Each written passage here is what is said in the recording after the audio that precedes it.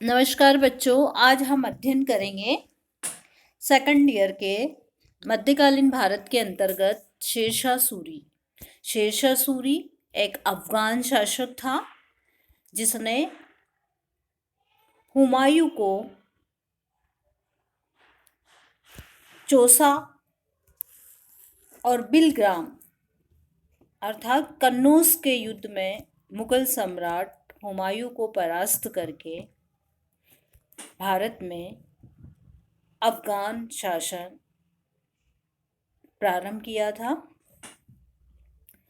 पानीपत और घाघरा के युद्ध में मुगल साम्राज्य का शिलान्यास करने वाले चगताई तुर्क बाबर ने अफगानों को पराभूत कर दिया था, किंतु उनका पूर्ण उन्मूलन अभी नहीं हुआ था। अतः वे नव स्थापित विदेशी शासन के विरुद्ध असंतोष से खेलते रहे। वस्तुतः उन्हें एक ऐसे व्यक्ति की आवश्यकता थी जो उनके छुटपुट संघर्ष को संगठित कर मुगल सेना के विरुद्ध एक राष्ट्रीय प्रतिरोध के रूप में एकीभूत कर दे। उन्हें ऐसा व्यक्ति शेरशाह सूरी के रूप में मिला, जो सहस्राम, टाडा, ख्वासपुर का प्रशासक था। शनै शनै शक्ति संचय कर उसने चौसा और बिलग्राम के युद्ध में मुगल बादशाह हुमायूं को पराभूत करके दिल्ली में सूर साम्राज्य स्थापित करने में सफलीभूत हुआ। तो बच्चों, आज हम इस वीडियो में प्रशासक के रूप में उसकी उपलब्धियों के बारे में विस्तार से चर्चा करेंगे। हुमायूं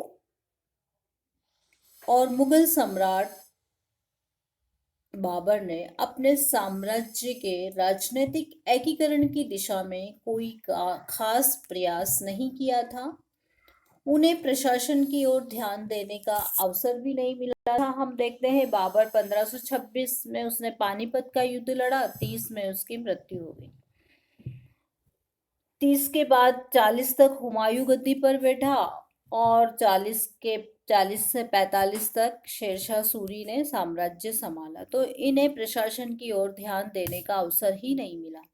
बाबर प्रदेशों को जीतता रहा। विजित प्रदेशों पर समुचित प्रशासनिक व्यवस्था किस प्रकार की जानी है, संपूर्ण भारत को राजनीतिक एकता के सूत्र में किस तरह पिरोना है, इसकी जानकारी का उसमें अभाव था। शेरशाह ने सर्वप्रथम राजनीतिक एकीकरण की वो प्रक्रिया आरंभ की, प्रशासन के क्षेत्र में हितकर और मौलिक परिवर्तन प्रस्तुत कर इतिहासकारों को ये कहने के लिए बाध्य कर दिया कि उसका शासन प्राचीन और अर्वाचीन दोनों कालों के बीच की कड़ी था। इतिहासकार किसी भी सरकार ने, यहाँ तक कि अंग्रेज सरकार ने भी इतनी बुद्धिमत्ता का परिचय नहीं दिया जितना कि इस पठान ने। यद्यपि शेरशाह का प्रशासन अत्यंत केंद्रीकृत प्रणाली पर था, जिसके शिखर पर नौकरशाही तथा वास्तविक शक्तियां सुल्तान के हाथों में केंद्रित थी, परंतु वो जनता की इच्छा पर विस्तृत रूप से अवलंबित था। शेरशाह सूरी के प्रशासन को विस्तार से जानने से पूर्व हम ये जान ले कि प्रारंभ में उसका एक राजनीतिक जीवन किस तरह से प्रारंभ हुआ। शेरशाह सूरी के बचपन का नाम फरीद था। भारत में जन्मा एक पठान था जिन्होंने हुमायूं को, हमने पहले भी इसके बारे में चर्चा की, कन्नौज के युद्ध में 1540 में हराकर उत्तर भारत में सूर साम्राज्य स्थापित किया। शेरशाह सूरी ने एक सैनिक के रूप में बाबर की सेना में काम किया था और उसे बाबर ने उसकी सैनिक योग्यताओं से प्रभावित होकर उसे सेनापति बनाया था और फिर बिहार का राज्यपाल नियुक्त किया था। और इसी सैनिक के द्वारा बाबर के पुत्र हुमायूं को चौसा के युद्ध में परास्त कर दिया गया। फिर बिलग्राम के युद्ध में परास्त करके भारत छोड़ने को मजबूर कर दिया गया और शेर खान की उपाधि धारण करके संपूर्ण भारत पर अपना साम्राज्य स्थापित कर दिया गया। बच्चों, अब हम देखेंगे शेरशाह का प्रशासन किस तरह का था। उसके प्रशासन के जो प्रमुख सिद्धांत थे वो इस तरह के थे। उसका साम्राज्य शक्ति का केंद्रीकरण पर आधारित था, जन कल्याणकारी भावनाओं पर आधारित शासन था, योग्यता को महत्व दिया जाता था और न्याय में विश्वास प्रमुख था। इसके अलावा हम देखेंगे प्रशासन पर कड़ी निगरानी रखना, अपराधियों पर नियंत्रण, राज्य की आर्थिक समृद्धि पर विशेष ध्यान दिया गया था। और हम प्रशासन पढ़ें इससे पहले हम ये जान लें कि शेरशाह से संबंधित जितनी भी जानकारी हमें प्राप्त होती है, तत्कालीन स्रोत है फारसी स्रोत। अब्बास खान शेरवानी ने लिखा है तारीख़ शेरशाही। तारीख़ शेरशाही में लिखा हुआ वृतांत जो अब्बास खान शेरवानी ने लिखा, जो कि तत्कालीन फारसी इतिहासकार थे, उससे हमें ये संपूर्ण जानकारी प्राप्त होती है। तो सबसे पहले हम देखेंगे केंद्रीय शासन किस प्रकार का था, फिर देखेंगे प्रांतीय शासन, परगने का शासन, ग्राम शासन, पुलिस व्यवस्था, डाक व्यवस्था, न्याय व्यवस्था, सैनिक प्रशासन, भू राजस्व व्यवस्था, उसके द्वारा सार्वजनिक निर्माण कार्य किए गए, जिसमें प्रसिद्ध था उसके द्वारा बनवाया गया मकबरा, सहस्राम का मकबरा उसके द्वारा निर्मित करवाया गया। तो अब हम देखेंगे केंद्रीय शासन किस तरह का था। शेरशाह का प्रशासन, प्रशासक के रूप में उसकी उपलब्धियां देखी हम देखेंगे। प्रशासन के प्रमुख सिद्धांत क्या थे? समानता पर आधारित था, शक्ति का केंद्रीकरण, जन कल्याणकारी भावनाओं पर आधारित, योग्यता को महत्व देना, न्याय में विश्वास, प्रशासन पर कड़ी निगरानी, अपराधियों पर नियंत्रण, राज्य की आर्थिक समृद्धि पर विशेष ध्यान।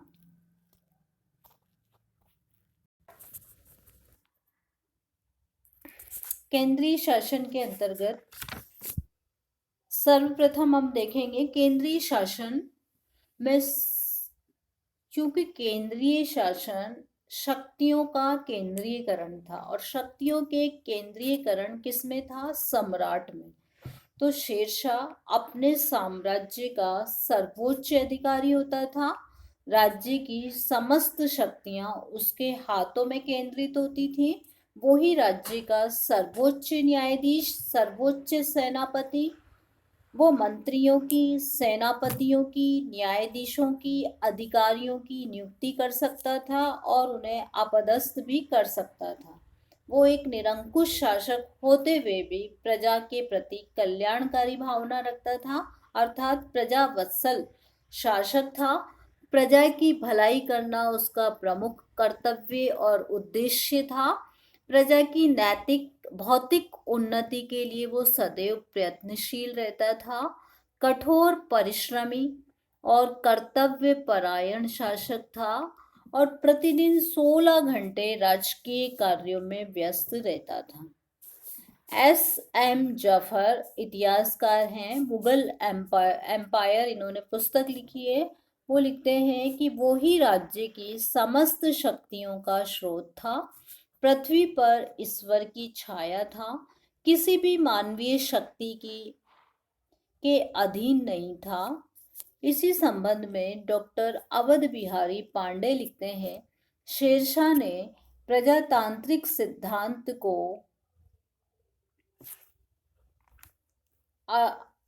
के आधार पर निरंकुश शासन स्थापित किया और उसकी निरंकुशता को अफगान सरदारों का समर्थन प्राप्त था। तो बच्चों, एक प्रकार से समस्त शक्तियों का स्रोत कह सकते हैं कि शेरशाह स्वयं था। वो न्यायाधीश था, सेनापति था और समस्त उसके जो अधीनस्थ कर्मचारियों, अधिकारियों, सेनापतियों, न्यायाधीशों की नियुक्ति वो स्वयं करता था। निरंकुश शासक होते हुए भी प्रजा की भलाई करना उसका प्रमुख उद्देश्य था। और सम्राट के सहयोग के लिए एक केंद्रीय विभाग था और उस केंद्रीय विभाग में अनेक प्रकार के कार्य विभक्त थे और जिनके प्रमुख मंत्रियों को बनाए गए थे। तो उसमें जो प्रमुख प्रमुख विभाग होते थे, सबसे पहला विभाग जो होता था वो दीवाने वजारत होता था, दीवाने आरिज, दीवाने रसालत, दीवाने इंशा। तो शेरशाह ने अपने शासन कार्यों में सहायता और सलाह के लिए कुछ मंत्री नियुक्त किए। ये स्वतंत्र रूप से नीतियां निर्धारित नहीं करते थे। इनका जो प्रमुख कर्तव्य होता था, शेरशाह की आज्ञाओं का पालन करना, स्वयं उनकी सलाह मानने के लिए बाध्य नहीं था।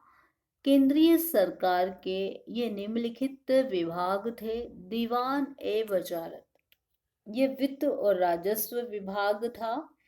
इसका प्रमुख वित्त और राजस्व विभाग का प्रमुख होता था। इसका प्रमुख वजीर कहलाता था। राज्य की जितनी भी आय और व्यय का पूरा हिसाब रखता था। दूसरे मंत्रियों के कार्यों का निरीक्षण करने का अधिकार भी इसे प्राप्त था। तो बच्चों, हमने देखा पहला विभाग दीवान ए वजारत। अब इसका प्रमुख कौन कहलाता था? वजीर।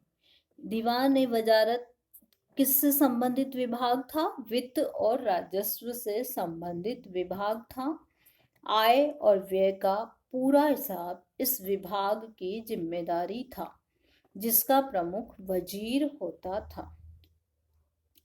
अब बच्चों, हम दूसरा विभाग देखते हैं, दीवान ए आरिज। इसके अध्यक्ष आरिज ए मुमालिक कहलाता था, अर्थात इसका जो प्रमुख मंत्री होता था वो आरिज ए मुमालिक कहलाता था। ये सैनिक विभाग था।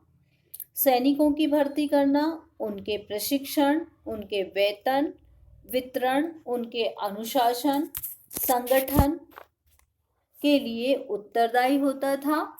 शेरशाह स्वयं इस विभाग के कार्यों की देखभाल करता था। तो बच्चों, आपके वन वर्ड में प्रश्न आ सकता है, दीवान ए आरिज किस विभाग का नाम था? तो आपको लिखना है सैन्य विभाग का। इसका प्रमुख कौन होता था? दीवान ए आरिज का प्रमुख आरिज ए मुमालिक कहलाता था। अब तीसरा विभाग हम देखेंगे, दीवान ए रसालत। ये विदेशी मामलों का विभाग था।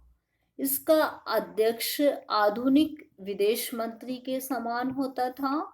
विदेशों से आने वाले राजदूतों से संबंध स्थापित करना, विदेशों से कूटनीतिक संबंध स्थापित करना, उनसे पत्र व्यवहार करना इसका प्रमुख कर्तव्य होता था। दीवान ए इंशा, ये शाही घोषणाओं को लिखना और प्रसारित करना इसका काम होता था। प्रांतीय सूबेदारों व स्थानीय अधिकारियों से भी पत्र व्यवहार करता था और सरकारी रिकॉर्ड रखना इसका प्रमुख कार्य था। ये चार तो प्रमुख विभाग होते थे। इसके अतिरिक्त दो और छोटे विभाग थे, जैसे दीवान ए कजा और दीवान ए बरीद।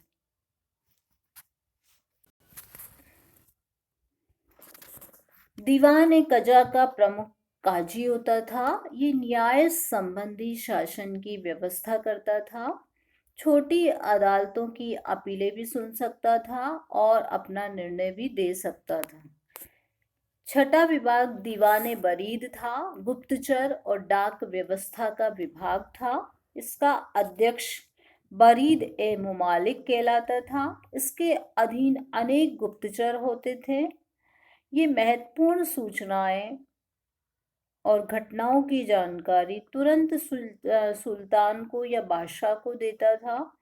शाही डाक चौकियां, शाही डाक लाने ले जाने की व्यवस्था करना आदि इस मंत्री के प्रमुख कार्य थे। वरीद में गुप्तचर से संबंधित जितनी भी जानकारियां होती थी वो सारी की सारी इस विभाग के माध्यम से दी जाती थी। इसके अलावा भी शाही महलों का अधीक्षक होता था, जो शाही महलों के कार्यों की देखभाल करता था, शाही परिवार के सदस्यों की आवश्यकताओं की पूर्ति करता था, राज्य भवन के सेवकों की व्यवस्था और देखभाल करता था। तो बच्चों, आज हमने देखा कि कौन कौन से विभाग, सम्राट किस तरह प्रमुख था, सम्राट के अंडर में कौन से केंद्रीय विभाग थे और मंत्री होते थे। उसमें हमने देखा दीवाने वजारत, दीवाने आरिश, दीवाने रसालात, दीवाने इंशा, दीवाने कजा, दीवाने बरीद और अन्य विभागों का आज हमने इस वीडियो के माध्यम से अध्ययन किया। अब अगले वीडियो में अब हम प्रांतीय शासन प्रबंध के बारे में विस्तार से चर्चा करेंगे।